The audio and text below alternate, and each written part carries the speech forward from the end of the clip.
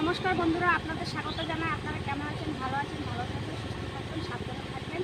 আপনাদের সামনে বন্ধুরা আজকে আমি একটা নতুন ভিডিও শেয়ার করছি। আমার ভিডিওটা প্রথম থেকে শেষ পর্যন্ত দেখবেন। তো ভিডিওটি হলো আপনাদের আমি ফুলের আচার বানিয়ে দেখাবো। টক ঝাল মিষ্টি আচার। তো যাদের মুখে জল না আসে তাদের মুখেও জল আসবে। তো বন্ধুরা, ফুলের আচারটা বানানোর জন্য আমি কিছু নিয়েছি, আপনাদের দেখিয়ে দেবো। বন্ধুরা, সবার থেকে ফুলের আচার খেতে খুবই ভালো লাগে। তো আজকে আপনাদের ফুলের আচারটা বানিয়ে দেখাচ্ছি। দেখুন বন্ধুরা, এই যে ফুলগুলো আমি এরকমভাবে শুকিয়ে নিয়েছি। ফুলগুলো আমার প্রায় 3 কেজি ফুল নিয়েছিলাম। তো বাচ্চারা খেয়ে ফেলে এতগুলি ফুল রয়েছে। আমি মেপেছি পুরো 1.5 কেজি ফুল রয়েছে আমার। দেখুন এরকমভাবে আপনাদের শুকাতে হবে ফুলগুলো। তো এখন আমি ফুলগুলো ভালো করে জল দিয়ে ধুয়ে তারপরে আমি আচারটা বানিয়ে দেখাবো। এখানে আচারের জন্য আমি নিয়েছি এখানে শুকনো লঙ্কা, মৌরি, পাঁচফোড়ন আর সাদা জিরে। এগুলো আমি ভালো করে একটু ভেজে নেব, তারপরে মশলা করে নেব। মশলাটা অত মিহিন করবো না, একটু আধা ভাঙ্গা রাখবো, কারণ আচারের মধ্যে একটু আধা ভাঙ্গা রাখলে খেতে খুব ভালো লাগে। আমি এখন ফুলগুলো ভালো করে ধুয়ে নেই, আর যে ফুলের মধ্যে যে বটুটা আছে সেগুলো আমি ফেলে নিচ্ছি। ফুলের বটুগুলো ফেলানো হয়ে গেছে। এখন আমি ভালো করে জল দিয়ে ধুয়ে নেব। ভালো করে ধুয়ে নিতে হবে, কারণ ফুলের গায়ে অনেক ধুলোবালি থাকে। তার জন্য ভালো করে আপনারা ধুয়ে তা আচারটা বানাবেন।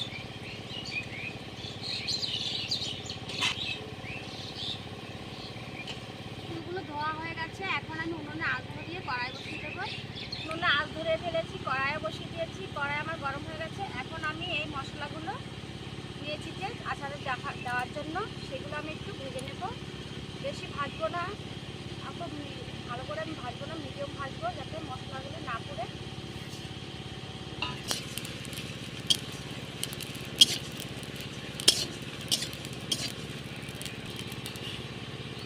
মশলাগুলো ভেজে নিয়েছি। এখন আমি মিক্সি কড়ায় পিষে নেবো। এগুলো ভালো করে পিষবো না, আমি তখনই বলে দিয়েছি আপনাদের, আমার বন্ধুকে বলে দেবো পিষতে। এদিক দিয়ে আমি ফুলের আচারটা আমি বসিয়ে দিচ্ছি। তো আচার বানানোর জন্য আমি প্রথমে দিয়ে দেবো সরষের তেল, দেবো তেজপাতা। তেজপাতা দিলে আচার থেকে আরও বেশি সেন্ট আসবে। এখন আমি দিয়ে দেবো কালো সর্ষে, আর আমি এখন দিয়ে দেবো ফুলগুলো। ফুলের মধ্যে দিয়ে দেবো আগুন করে লবণ। তারপরে আমি লবণটা ফুটের সাথে মিশিয়ে নেব। এগুলো আমি একটু ভালো করে তেলের সাথে একটু নেড়ে ছেড়ে তারপরে আমি জল দিয়ে দেবো। আমি ভালো করে তেলের সাথে একটু নেড়ে ছেড়ে ভাজা তো হয়নি, কিন্তু একটু নেড়ে ছেড়ে নিয়েছি ভালো করে তেলের সাথে। তেলটা ফুলের সাথে ভালো করে মিশে গেছে। এখন আমি ফুলগুলো সিদ্ধ হওয়ার জন্য একটু জল দিয়ে দেবো। তো বন্ধুরা, ফুলগুলো সিদ্ধ হতে থাক, তারপরে থালাটা দিয়ে ঢেকে দিচ্ছি ফুলগুলো সিদ্ধ হোক। তো বন্ধুরা, আমি এখন থালাটা উঠিয়ে দেখছি কিরকম আওয়াজ দিচ্ছি। দেখুন কত সুন্দর ফুলগুলো সিদ্ধ হয়ে বড় বড় হয়ে গেছে। দেখুন বন্ধুরা, অনেক সিদ্ধ হয়ে গেছে। আমার ফুলগুলো সিদ্ধ হয়ে গেছে। এখন আমি দিয়ে দেবো ফুলের মধ্যে এই যে আমি গুড় আর চিনি মিলিয়ে দিচ্ছি। আপনারা চাইলে খালি গুড় দিয়েও বানাতে পারেন, চিনি দিয়েও বানাতে পারেন। তো আজকে আপনাদের আমি দুটো দিয়েই বানিয়ে দেখাচ্ছি। এটা খেয়ে একবার বানিয়ে খেয়ে দেখবেন, খুবই ভালো লাগে বন্ধুরা। তো এখন আমি গুড় চিনি মিলিয়ে আমি 3 পোয়া গুড় দিয়ে দিচ্ছি। গরম জলে দিলে গুড় গলে যাবে, তাই গুড়টা ভেঙে যায়নি। গুড়গুলো পুরো চিনি আর যে গুড় দিয়েছিলাম পুরো গলে গেছে। গলে একদম ফুলগুলো সিদ্ধ হয়ে গেছে, আর ঝোলটা একটু গাঢ় গাঢ় হয়ে গেছে। এখন আমি একটু এই ঘুটনির সাহায্যে একটু ফুলগুলোকে ভেঙে ভেঙে দেবো, কারণ ফুলগুলো ভেঙে দিলে রসটা ভিতরে ঢুকবে। অত ভাঙবো না, আধা ভাঙা করবো, খেতে ভালো লাগবে। এখন ঢাকনা দিয়ে ঢেকে দিচ্ছি। ফুলগুলো একটু ভেঙে ভেঙে দিয়েছি, আধা ভাঙা করে দিয়েছি।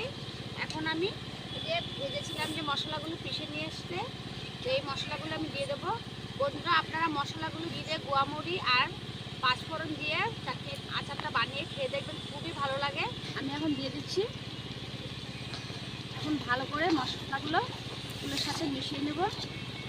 আচারগুলো কত সুন্দর দেখুন আর আচার হয়ে গেছে, এই দেখুন আপনাকে দেখাচ্ছি, দেখুন কত সুন্দর। এখন আমি নামিয়ে ফেলবো, থালার মধ্যে নিয়ে নেব।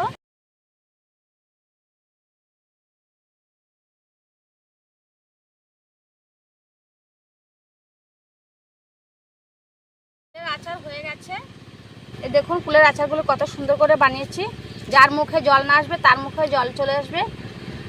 তো বন্ধুরা, এই ফুলের আচার বানাতে গেলে পুরো ছোটোবেলার কথাও মনে পড়ে যায়। ছোটোবেলা তো আপনারা এরকমভাবে বাইরে আচার বানিয়ে খাবেন। তো আমি ফুলের আচারগুলো এই বয়মের মধ্যে ভরে রাখবো, এক বয়ম ভরে যেগুলি থাকবে সেগুলি ঘরে সবাই মিলে আমরা খাবো। তো বন্ধুরা, আপনারা এরকমভাবে ফুলের আচার বানালে 1 বছর পর্যন্ত রেখে খেতে পারবেন, কিছু নষ্ট হবে না। এইভাবে আপনারা ফুলের আচার বানিয়ে বয়মের মধ্যে রেখে দেবেন। তো বন্ধুরা, আমার ফুলের আচার বানানোটা কেমন হয়েছে যদি ভালো লেগে থাকে তো আমার চ্যানেলটি আপনারা সাবস্ক্রাইব করবেন, লাইক কমেন্ট শেয়ার করবেন, আর নিত্য নতুন রেসিপি দেখার জন্য আমার পাশে থাকবেন। আবার ফিরে আসবে একটা নতুন ভিডিওর সাথে। আপনারা সুস্থ থাকবেন, ভালো থাকবেন, নমস্কার।